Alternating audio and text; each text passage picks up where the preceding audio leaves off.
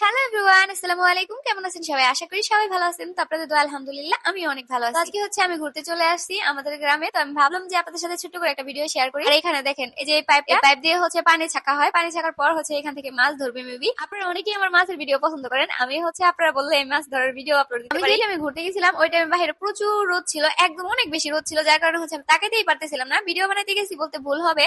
আমি হচ্ছে গেছিলাম, এমনিতে আমাদের বাসায় কারেন্ট ছিল না, কারেন্ট না থাকার কারণে হচ্ছে আমাদের এখানে একটা কাঠ বাগান আছে, ওইখানে অনেক বেশি বাতাস হচ্ছে, ওইখানে ঘুরতে গেছিলাম। তো আমি ভাবলাম যে আপনাদের সাথে ছোট্ট করে একটা ভিডিও শেয়ার করি। আর এখানে হচ্ছে আমি বলতেছিলাম যে আগে কাঠ বাগানের যে এইগুলা কুড়ায় কুড়ায় তারপর হচ্ছে ঝাড়ু বানাই, ছোটবেলা ঝাড়ু বানিয়ে হচ্ছে ওইগুলাতে ঝাড়ু দিতাম। আচ্ছা, আপনারা কারা কারা এরকম করছেন কমেন্ট বক্সে। আর হ্যাঁ, আমার কিন্তু কথা বলতে অনেক বেশি কষ্ট হইতেছে, কারণ আমার অনেক বেশি ঠান্ডা লাগছে, গলা ব্যথা। তারপরেও হচ্ছে আমি ভিডিওতে ভয়েস দিতেছি। আমি হচ্ছে এটা বললাম কারণ আপনাদের আমার ভয়েসটা মানে বুঝতে প্রবলেম হতে পারে। আপনারা ভাবতে পারেন যে আরে পিঙ্কি আপুর ভয়েস তো এরকম না, এরকম লাগতেছে কে। তো তার জন্যই হচ্ছে আমি বলে দিলাম আমার প্রচুর ঠান্ডা লাগছে। আমি হচ্ছে লাইভে গিয়েও বলছি আমার অনেক বেশি ঠান্ডা লাগছে। আমি জানেন সামান্য মাত্র একটু ঠান্ডা পানি খাইছি, তাতেই আমার ঠান্ডা লেগে গেছে, মানে গলা ব্যথা। তো যাই হোক, আমি আপনাদেরকে বলবো আপনারা কেউ ঠান্ডা পানি খায়েন না। এখন হচ্ছে অনেক বেশি গরম পড়ছে, তার কারণে হচ্ছে সবাই মেবি ফ্রিজে পানি খায়। বাট ফ্রিজে পানি খাওয়ার পর ফলে হচ্ছে অনেক বেশি ঠান্ডা লাগে। যেমন আমার ঠান্ডা লাগছে, আমার আপুর ঠান্ডা লাগছে, আমার আম্মুর ঠান্ডা লাগছে। এখন অনেক গরম পড়ছে, বাইরে থেকে আসলে ফ্রিজে ঠান্ডা পানি খাইতে মন চায়। ঠান্ডা পানি খাওয়ার পরেই হচ্ছে এত বেশি ঠান্ডা লেগে যায়, কি আর বলবো। আমি হচ্ছে এইবার গরমে একটু ঠান্ডা পানি খাই নাই, জাস্ট পরশুদিন একটু খাইছিলাম। পরশুদিন একটু ঠান্ডা পানি খাওয়ার কারণেই হচ্ছে আমার এত এত বেশি ঠান্ডা লেগে গেছে। আমি ওষুধও খাইতেছি 2 দিন ধরে, তারপর একটা মানুষ হচ্ছে ঠান্ডা কমতেছে। তো যাই হোক, আপনারা ঠিক ফ্রিজের পানি খায়েন না, এটাই বলতে চাই। আমি হচ্ছে এখানে কাঠবাগানে ভিডিও বানাইতেছিলাম। এই কাঠবাগানটা আমার অনেক বেশি পছন্দ,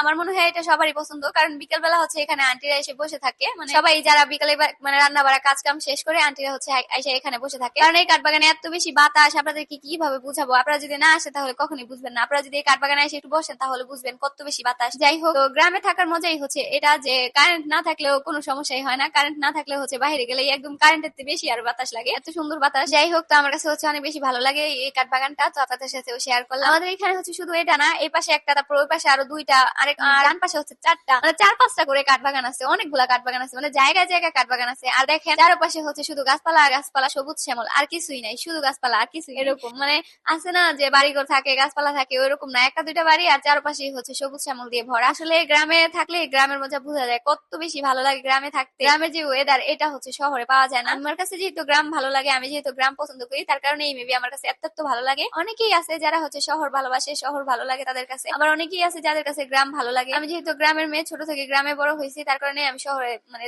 শহর বেশি একটা আমার কাছে ভালো লাগে না। আমার একটা আন্টির হচ্ছে শহরে বিয়ে হয়েছে, তো ওই আন্টির বাসায় গিয়ে হচ্ছে আমি আজ পর্যন্ত একদিনও থাকি নাই। মানে এমনিতেই যাই 1-2 ঘন্টার জন্য যাই, যাওয়ার পরে হচ্ছে আমার কেমন জানি লাগে, মানে বড় বড় বিল্ডিং বিল্ডিং থাকে ওইগুলাই জাস্ট। আর গ্রামে হচ্ছে এই যে বাতাস থাকে, তারপর হচ্ছে গাছপালা থাকে, আমার কাছে না এইগুলাই ভালো লাগে। আসলে আমি ছোট থেকে এইগুলোতে অভ্যস্ত, এখানে থাকতে থাকতে এরকম জায়গায় এরকম পরিবেশই ভালো লাগে, ওইরকম জায়গায় ফ্ল্যাটে ভালো লাগে না। আপনারা তো অনেকেই জানেন যে কিছুদিন আগে হচ্ছে আমরা চলে গেছিলাম ফ্ল্যাটে, মানে ভাড়া নিছিলাম। তো এখানে যাওয়ার পরে হচ্ছে আমার মনে হতো যে একদম ভালো লাগতো না, তো যার কারণে হচ্ছে আমরা আবারও চলে আসছি আমাদের আগের বাসায়। যাই হোক, আমি হচ্ছে এটারও ভিডিও আপলোড দিয়েছিলাম যে আমি হচ্ছে যখন এই বাসা থেকে গেছি তখন হচ্ছে ওই বাসায় ভিডিও বানাইতাম। তো এই বাসায় যেদিন আসছি ওই দিন হচ্ছে আমি ভিডিও বানাই আপনাদের সাথে শেয়ার করছি যে দেখেন আমি বাসায় চলে আসছি। তো অনেকেই আমাকে বলছে যে এই 2 দিনের জন্য জিনিস টানাটানি করে চলে গেছো, আবার চলে আসলা, কারণ কি? আমি এখন কিভাবে বুঝাই যে আমার ওই ফ্ল্যাটে একদমই ভালো লাগে না, আমার কাছে এরকম খোলামেলাই ভালো লাগে। তো তার জন্যই হচ্ছে আমরা চলে আসছি, চলে আসার ভিডিও আমি আপলোড মানে, তো তার জন্যই হচ্ছে আমরা চলে আসছি, আর চলে আসার ভিডিও হচ্ছে আমি আপলোড দিছি। যাই হোক, তো আমি জানি না আপনারা কারা কারা ভিডিওটা দেখছেন আর কারা কারা দেখেন নাই। তো আমি মূলত এই কারণেই চলে আসছি যে আমার ওই বাসায় ভালো লাগে না। এই বাসায় আসার পরে হচ্ছে আমি এই বাসার